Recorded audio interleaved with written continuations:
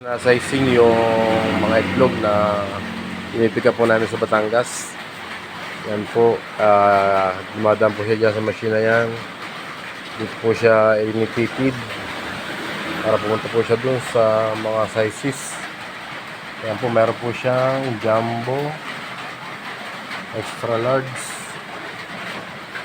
large, medium, small, at kiwi, yung po pinakamaliit. Yan po. Yan po ay sinasesing po dyan. Yan po ay pumapatak yung kanyang itlog sa respective na size nila. Ito pong timbangan na to ay calibrated. Yan po ay laging kinakalibrate para masigurado po yung tamang timbang ng itlog, tamang size. Kasi masisira tayo sa customer pag hindi po naging tama yung mga sizes nila.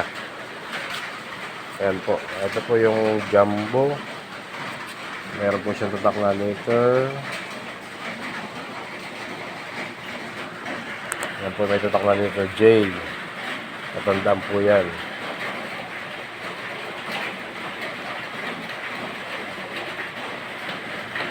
Liter J. Ayan po. Tapos ito naman po yung XL. Meron po siyang tatak na XL. Tapos yung green, yung large. Kasi ito po ay medium. At yun po ang small size. Yan po. Yan po ay tamang timbang. Calibrated po ang timbangan natin para hindi po tayo masira sa customer.